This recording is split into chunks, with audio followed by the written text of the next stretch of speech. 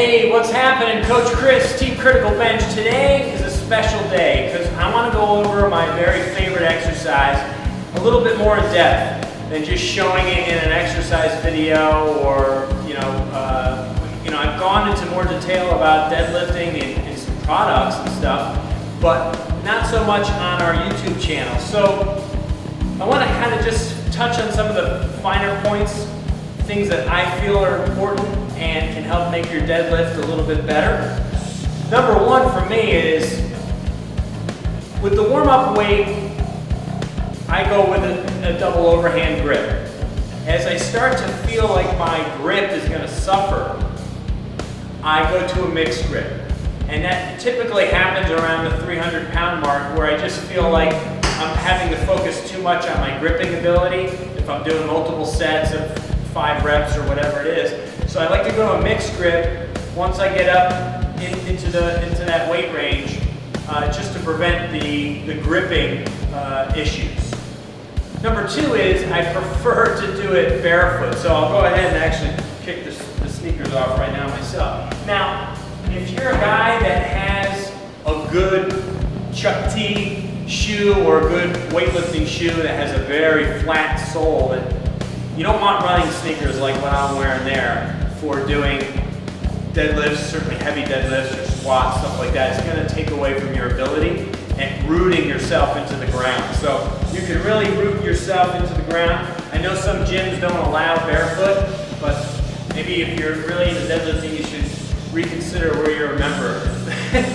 So preparing myself in approaching the bar, I like a narrow stance.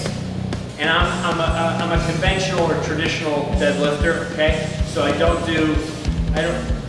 sumo, I don't like it that much. It was actually bugging my hips. So I like to keep a relatively close stance. You know, outside shoulder width grip on the bar. Now, a couple of key points. When you come up to the bar, you want a long spine, right? And you want vertical lower leg. So it's very important in your deadlifting that you're driving your hips backwards, forcing your heels, and really just want to have your feet really rooted to the ground as you push your hips back. And then the last thing I usually think about right before I'm about to pull the weight is I try to increase tension on the hamstrings. So instead of just pushing the butt back, I lift the butt up a little bit too, okay? And then notice my head position. So my eyes are kind of on the horizon. And then, so from this position here, right up. Everything's tight at the top, and then right back down, okay? So, deadlifting is a primal movement. It's one of the most basic, fundamental strength movements that you can do. It works as much muscle in the body as pretty much anything that you can conceive of in the gym. And I just love them. I found that I had an ability to push myself rather hard in doing it without the side effect of aches and pains like I was getting from going heavy on squats, going heavy on bench press. And we all have our strengths and weaknesses in the gym, right?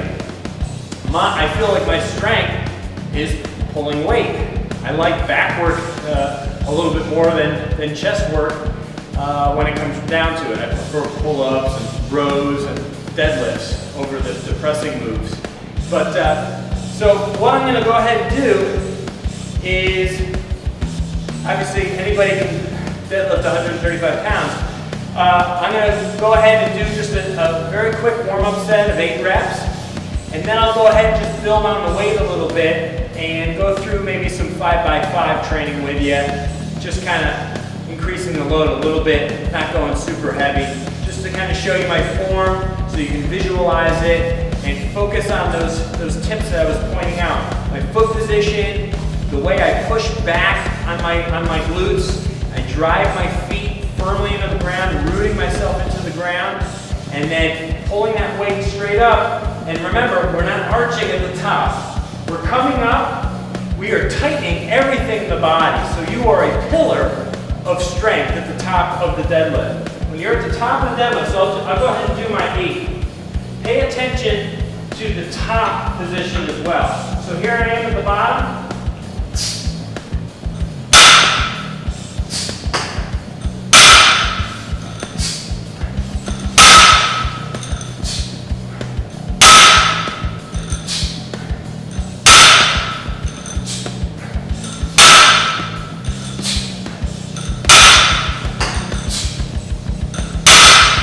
Okay, so now we'll go ahead and put some real weight on the bar and we can start to do some 5x5 sets.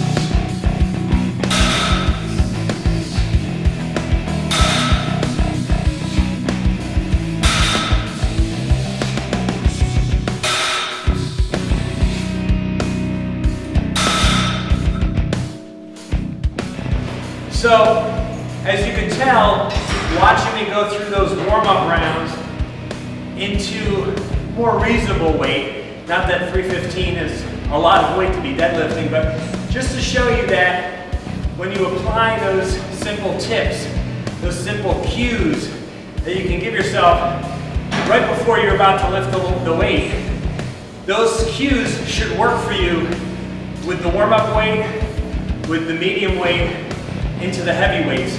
Don't sacrifice good form, good technique, good skill, just because the weight got heavier, okay?